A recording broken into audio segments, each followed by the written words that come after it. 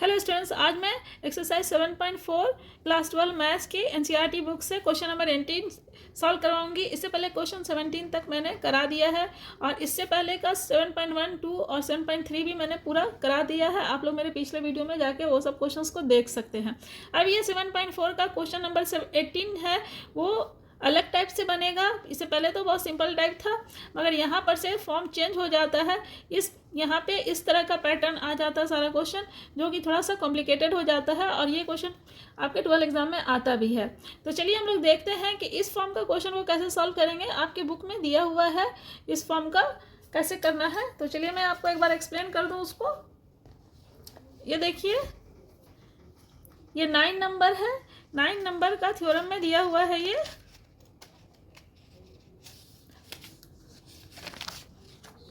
Theorem 9 है। ये page number 310 है। पेज नंबर 310 में 9 नंबर पे दिया हुआ है और इसी पैटर्न पे सारा क्वेश्चन सॉल्व होगा। ठीक है। जब हमारा p x plus q divided by x square plus b x plus c के फॉर्म में क्वेश्चन रहेगा, इंटीग्रल रहेगा, सॉरी, जब इस फॉर्म में हमारा इंटीग्रल रहेगा तो हमको इस तरह से निकालना पड़ेगा। इसको इक्वल टू इसको डिफ्रेंशिएट करके हमको यहाँ पर इस तरह से कांस्टेंट टर्म और एक्स का कोफिशिएंट दोनों टर्म को अलग अलग करके निकालना पड़ेगा, जो ए और बी का वैल्यू होगा। तो ए का और बी का वैल्यू हम लोग कैसे निकालेंगे, और यहाँ पर इसको हम लोग को क्वाड्रेटिक इक्वेशन के कंप्लीटिंग स्क्वायर में इसको सॉल्व करना पड़ेगा और दो टर्म निकल के आएगा, जो कि I1 और I2 दो टर्म को हम लोग को इंटीग्रेट करके फिर आई में सेट करना होगा। तो हम लोग कैसे सेट करेंगे, इसको कैसे करेंगे, ये थोड़ा कॉम्प्लिकेटेड क्वेश्चन होता है इस टाइप का। इसको आप लोग ध्यान से देखिएगा। तो चलिए हम लोग शुरू करते हैं क्वेश्चन नंबर 18 से।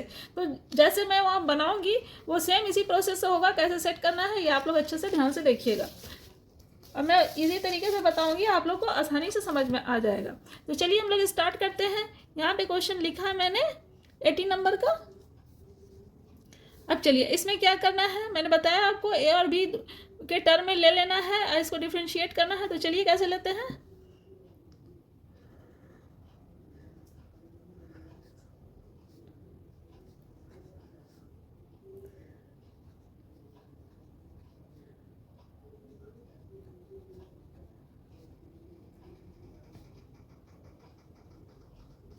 ये ऐसे ले लिया, इस टर्म को इक्वेट किया इससे, यहाँ पे डिफ्रेंशिएट इसको कर दिया ए इंटू इतना और प्लस बी। इसी तरह से जो भी इस फॉर्म में क्वेश्चन होगा सबको स्टार्टिंग में ऐसे ही हमको बैठाना होगा।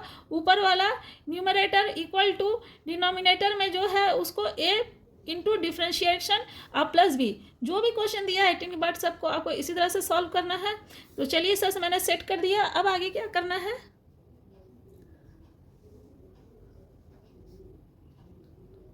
अब इसको डिफ्रेंशिएट कर लीजिए। तो ये इसका डिफ्रेंशिएशन क्या होगा,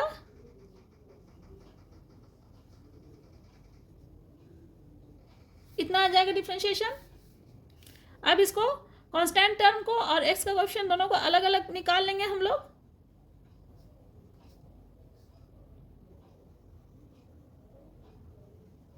ये 2a हो गया, इतना हो गया। अब अरेंज कर लेंगे हम लोग इसको। 6a एक्स हो गया प्लस 2a प्लस b, ये हो गया। यहाँ पे ध्यान दीजिए, ये एक्स का कोएफिशिएंट ये हो गया और ये हो गया कांस्टेंट टर्म जो यहाँ पे है। तो चलिए इसको हम लोग इक्वेट कर लेते हैं। यहाँ पे एक लाइन हमको लिखना पड़ेगा, जो आपके बुक में भी दिया है, लिखा है। तो चलिए यहाँ पे हम लोग भी लिखेंगे इसको।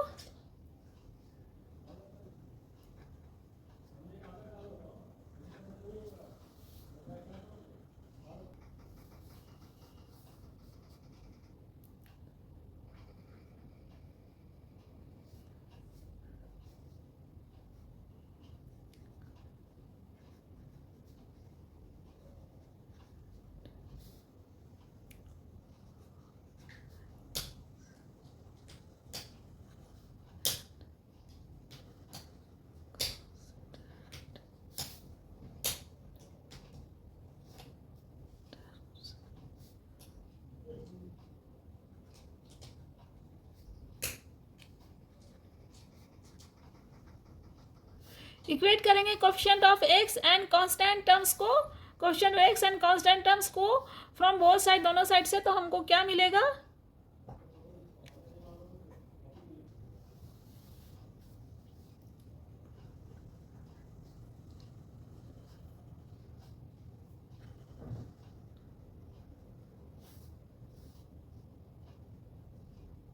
अब इस टर्म को ले लेंगे हम लोग,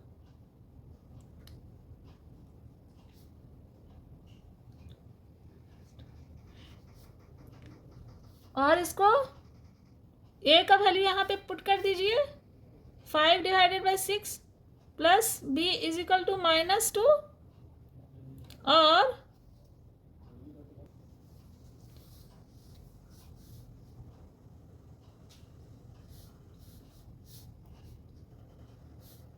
ये हो गया 5/3 plus B is equal to -2। अब इसको यहाँ ले आते हैं, और 5/3 plus B is equal to -2 हो गया। इसको अब यहाँ पे ले आए, बी इज इक्वल टू -2 -5/3, फिर बी हमारा कितना हो गया? -6 -5 डिवाइडेड बाई 3, तो -11/3। तो यहाँ पे हम लोग को दो वैल्यू निकल के आ गया।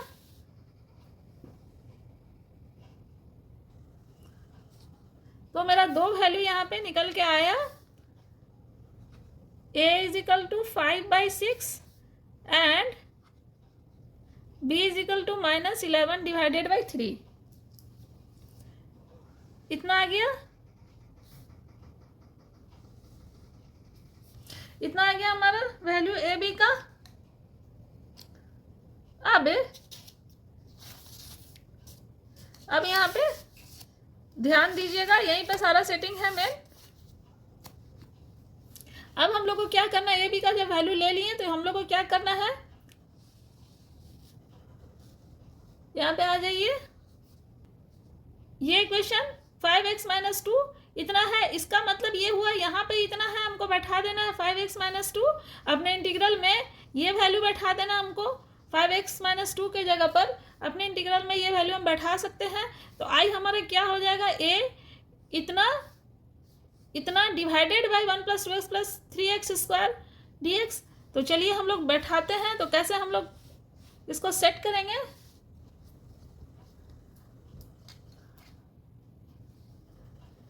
यहाँ पे एक लाइन लिख देंगे,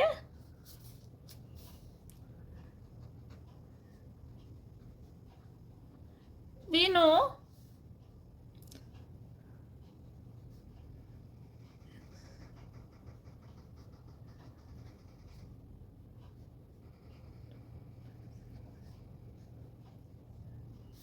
इतना हुआ, एंड इंटीग्रल कितना है?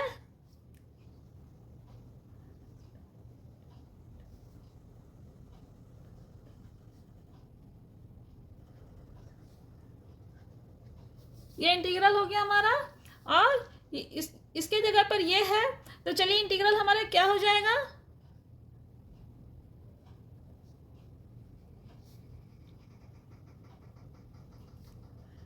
ये यहाँ पे ये इसको लिख देंगे हम लोग,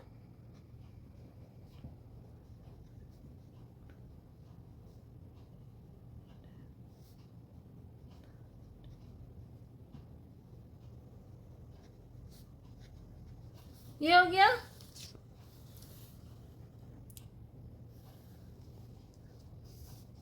अब इस इंटीग्रल को हम लोग सेपरेट करके लिख लेंगे।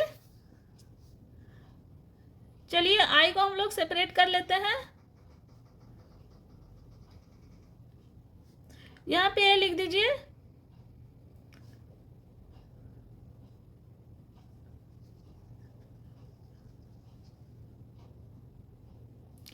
सॉरी ये नहीं होगा यहाँ पे,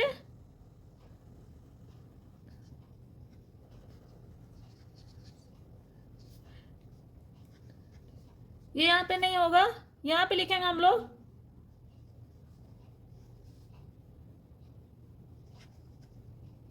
इसके जगह पे dx हो जाएगा, b बाहर ले लिए,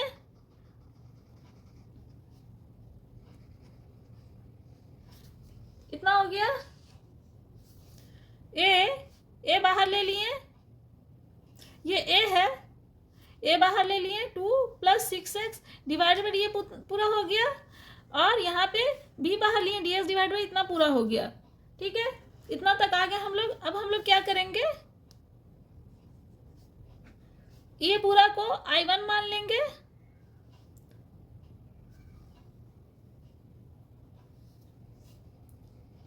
ये पूरा को I2 मान लेंगे। ए और बी का वैल्यू बैठा दीजिए। ए का वैल्यू 5/6 से हम लोग यहाँ बैठा देंगे,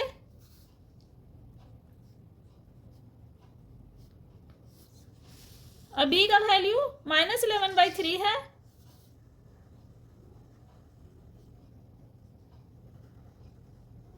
इतना हो गया।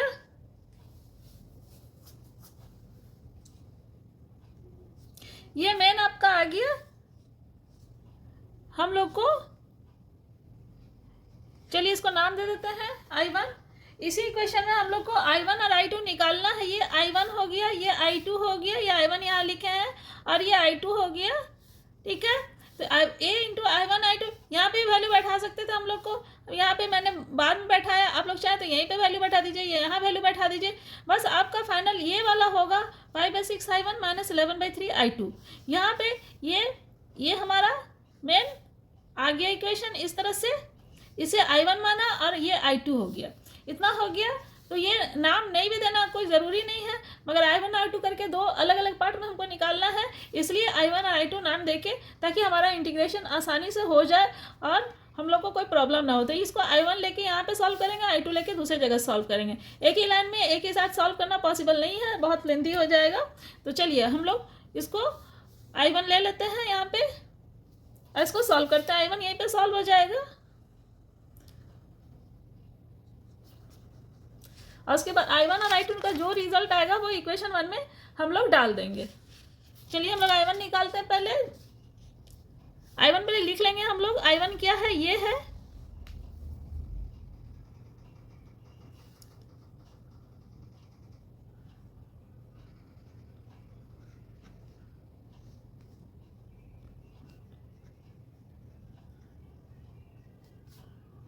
ये हम लोग का I1 है। अब यहाँ पे ध्यान दीजिए, इसको अगर हम लोग t ले लेते हैं, सब्स्टिट्यूशन मेथड में हम लोग करते थे, t ले लेते थे, उसके डिफ्रेंशिएट करते थे, तो वो ऊपर में numerator into dx equal to dt हो जाता था। तो यहाँ पे सब्स्टिट्यूशन मेथड ही अप्लाई करेंगे हम लोग। तो इसको हम लोग t ले लेते हैं।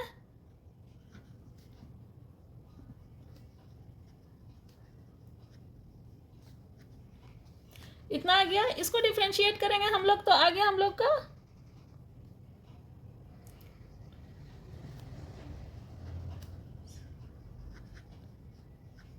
इतना आ गया। अब इसको और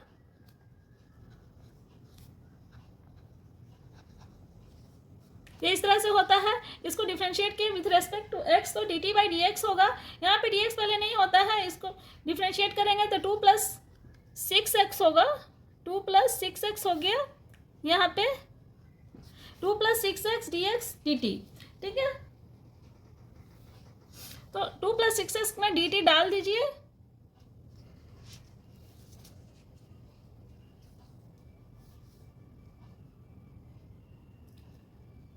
I1 क्या हो गया हम लोगों का, ये हो गया dt डिवाइडेड बाय t, और यहाँ पे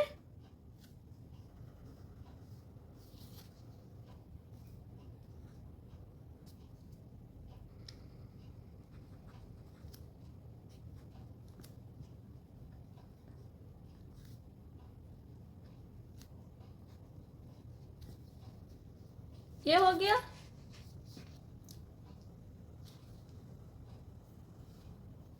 यहाँ पे 6x है, ये हम लोगों का I1 आ गया, ये I1 हो गया। इसको जब यहाँ पे इंटीग्रल है, यहाँ पे 5 नहीं है, यहाँ पे पुट कर देंगे हम लोग। अपना जो इंटीग्रल है यहाँ पे डालेंगे, तो 5/6 log इतना आ जाएगा हमारा यहाँ पे। तो चलिए पहले हम I2 निकाल लेते हैं, उसके बाद डालेंगे हम लोग।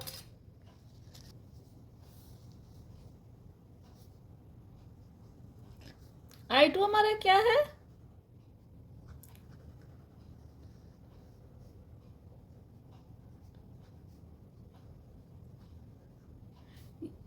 ये I2 है,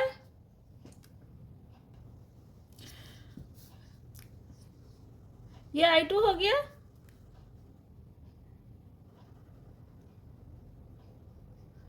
अब इसको हम लोग कंप्लीटिंग स्क्वायर मेथड से सॉल्व करेंगे। इसको हम लोग अरेंज करके लिख लेते हैं पहले।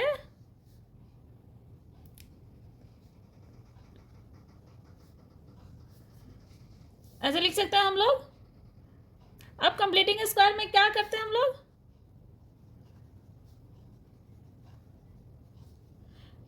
जब हमारा इक्वेशन इस तरह से रहता है, पहले हम लोग इसको 3 से डिवाइड कर देंगे तो हो जाएगा 2/3x+1/3। अब हम लोग को कंप्लीटिंग स्क्वायर मेथड इसमें अप्लाई करना है।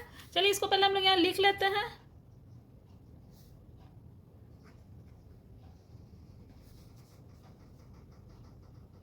थ्री से डिवाइड करने के लिए हम लोग को क्या करना पड़ेगा, 3 से यहाँ मल्टीप्लाई करेंगे, तभी हम लोग 3 से यहाँ पे डिवाइड भी कर सकते हैं।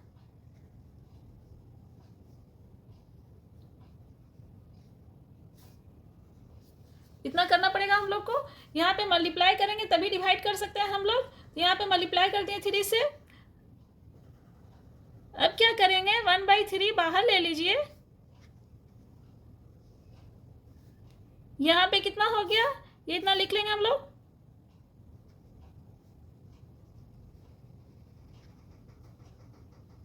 ये हो गया। अब ये वाला टर्म को हम लोग चेक करेंगे कि हम लोग किससे कंप्लीटिंग स्क्वायर किससे करेंगे हम लोग। तो चलिए इसको चेक कर लेते हैं। तो हम लोग एक्स वाले टर्म को 2 से डिवाइड करके देख लेते हैं। तो 2 से जब डिवाइड किए तो 2 कैंसिल हो गया, कितना आ गया 1/3। इसका मतलब इसमें 1/3 के होल स्क्वायर को हम लोग ऐड भी करेंगे, सब्ट्रैक्ट करेंगे, तब ये हमारा एक फॉर्मूला देगा।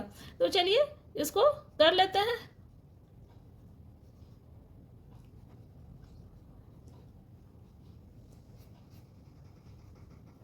इस तरह से कुछ हम लोग को अप्लाई करना होगा। इसी को हमको यहाँ पे अप्लाई करना होगा।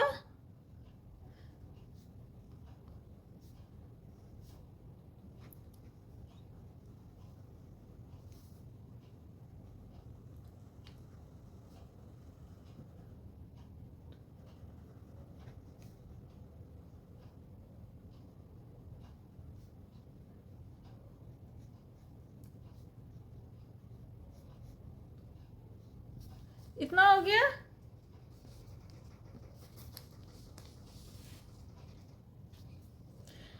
अब यहाँ पे देखिए ये प्लस वाला टर्म है, तो हम प्लस वाला टर्म ही रखेंगे, प्लस वाला टर्म ही इधर लाएंगे, तब जाके हमारा a+b होल स्क्वायर का फॉर्म में फॉर्मूला सेट होगा। ये रफ है, आप लोग भी साइड में से रफ कर लीजिएगा। और इसको आपको स्टेप बाय स्टेप पूरा बताना होगा, शो करना होगा, लिखना होगा कि किस तरह से आप कंप्लीटिंग स्क्वायर किए हैं। तो चलिए अब कितना हम लोग का आएगा स्क्वायर I2।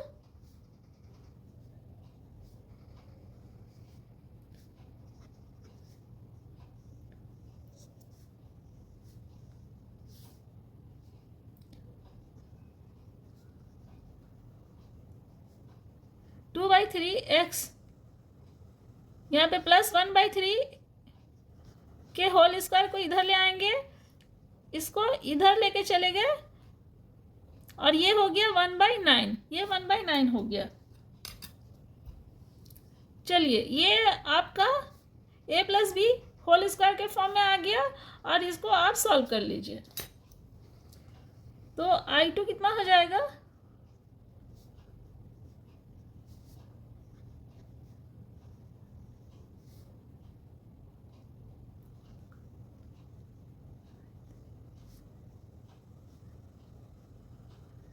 यहाँ पे एलसीएम ले लेंगे तो 9/3 कितना हो गया, यहाँ पे एलसीएम लेंगे 9, तो 9/3 यहाँ पे कितना हो जाएगा 3। ये हमारा इंटीग्रल हो गया। यहाँ तक समझ में आ गया होगा आप लोग को। अब इसको सॉल्व कर लीजिए।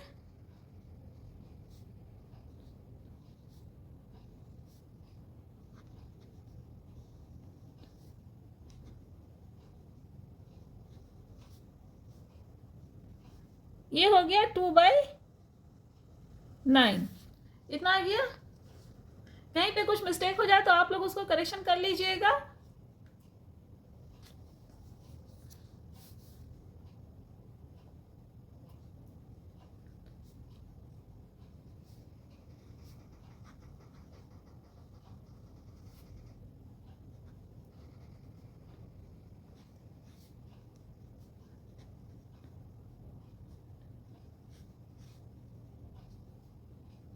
ये हो गया।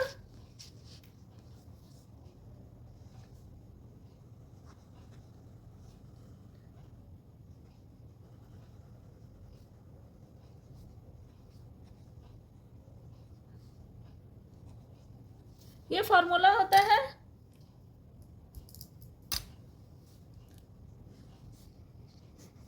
ये यहाँ पे अप्लाई होगा, ये एक्स टर्म और ये ए टर्म। मगर यहाँ पे एक्स टर्म है नहीं, एक्स प्लस 1/3 है, तो एक्स प्लस 1/3 को टी ले लीजिए, तो D X equal to D T हो जाएगा। तो हम लोग का ये फॉर्मूला यूज हो जाएगा यहाँ पे।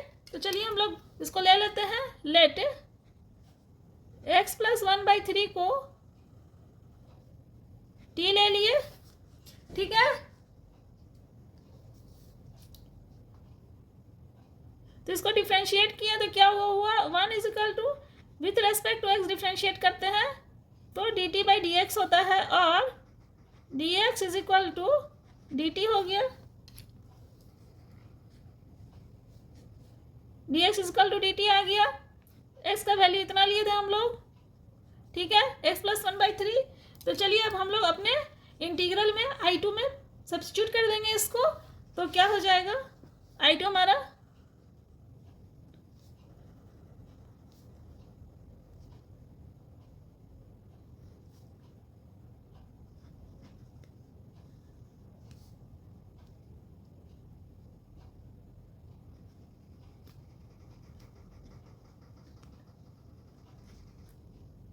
इतना I2 आ गया हम लोगों का, ठीक है, इतना I2 आ गया। मैं कोशिश कर रही हूँ कि कहीं पे गलत ना हो, कहीं पे थोड़ा बहुत गलत हो तो मैं इसे करेक्शन भी कर रही हूँ। अगर कुछ आपको लगे कि यहाँ पे करेक्शन होना चाहिए था, वो आप खुद से कर लीजिएगा। ऐसे मेथड प्रोसेस मैंने सारा बता दिया है आपको। आप लोग इस लेवल में है कि कहीं पे कुछ गलत भी होगा तो आप लोग उसको ठीक कर सकते हैं, ठीक है। अब इसको इस फॉर्मूला में हम लोग बैठा देंगे। सिर्फ x के जगह t लिखेंगे और a के जगह √3 2/3, ठीक है। बस इतना ही करना हम लोगों को। तो चलिए हम लोग इसको कर लेते हैं।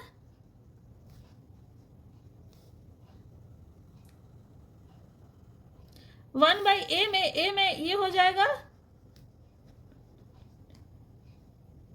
ए में ये आ गया tan इनवर्स x में t डिवाइडेड बाय ये हो गया। अब इसको यहीं पे सॉल्व कर लेते हैं।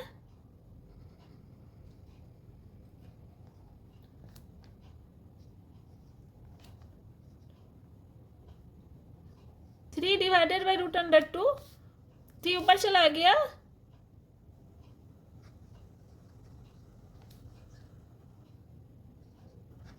थ्री टी डिवाइडेड बाई 2 हो जाएगा प्लस सी,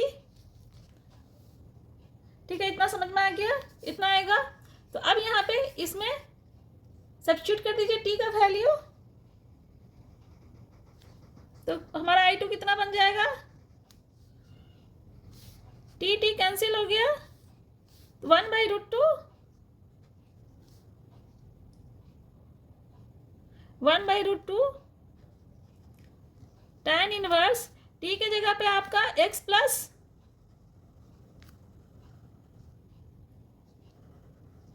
1/3 है टी के जगह, इंटू 3 यहाँ पे है, डिवाइडेड बाई √2 है। तो I2 हमारा क्या हो जाएगा, ये 3 यहाँ पे कैंसिल हो जाएगा,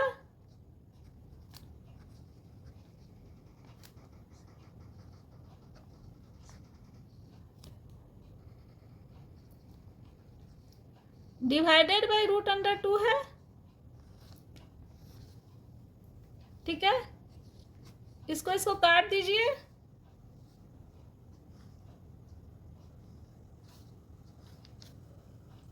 tan इनवर्स के अंदर है ये, तो I2 क्या हो जाएगा प्लस C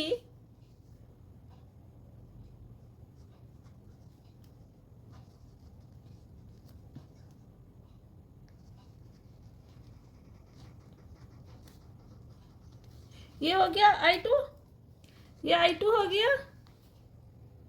अब आप लोग आ जाइए इसमें 5/6 I1 माइनस 11/3 I2 होगा, तो 5/6 में I1 डाल देंगे और माइनस 11/3 में I2 लिख देंगे, बस इतना ही काम करना है।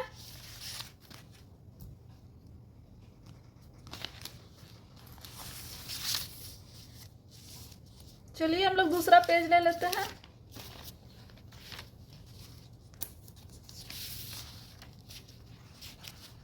हमारा I क्या था, फ्रॉम नाउ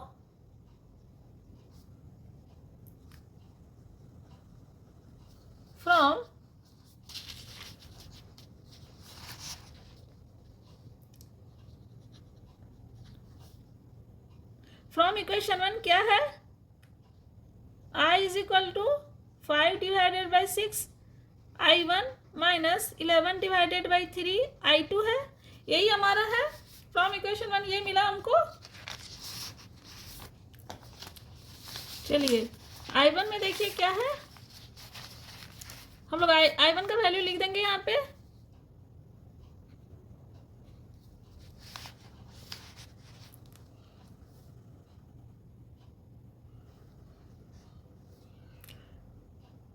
सॉरी यहाँ पे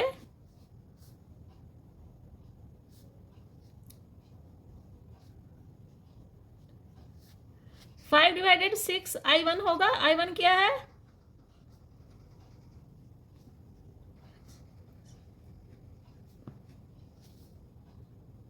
माइनस 11/3 है। I2 ले लीजिए, I2 हम लोग का क्या आया है 1/√2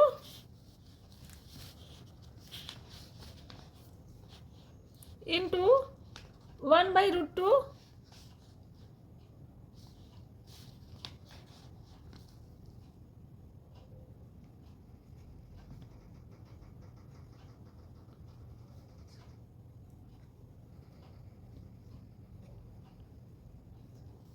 ये हो गया I2, ये I1 हो गया, ये I2 हो गया। 5/6 A का वैल्यू और B का वैल्यू माइनस 11/3,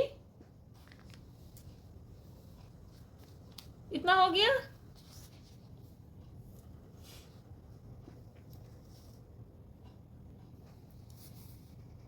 तो हमारा फाइनल रिजल्ट क्या हो जाएगा,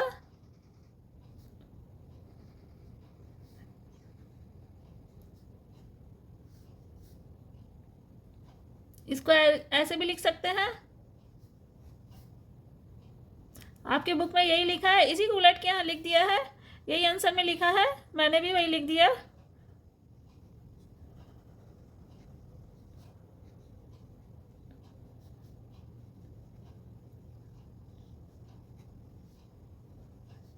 यही इसका आंसर हो गया।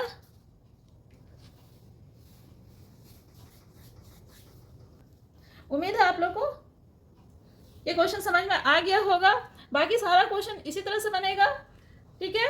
तो आप लोग मेरा वीडियो देखते रहिएगा। क्वेश्चन नंबर 19 भी मैं सॉल्व करके डाल दूंगी यूट्यूब में, आप लोग उसको भी देख लीजिएगा। तो मिलते हैं नेक्स्ट वीडियो में, तब तक के लिए थैंक्स।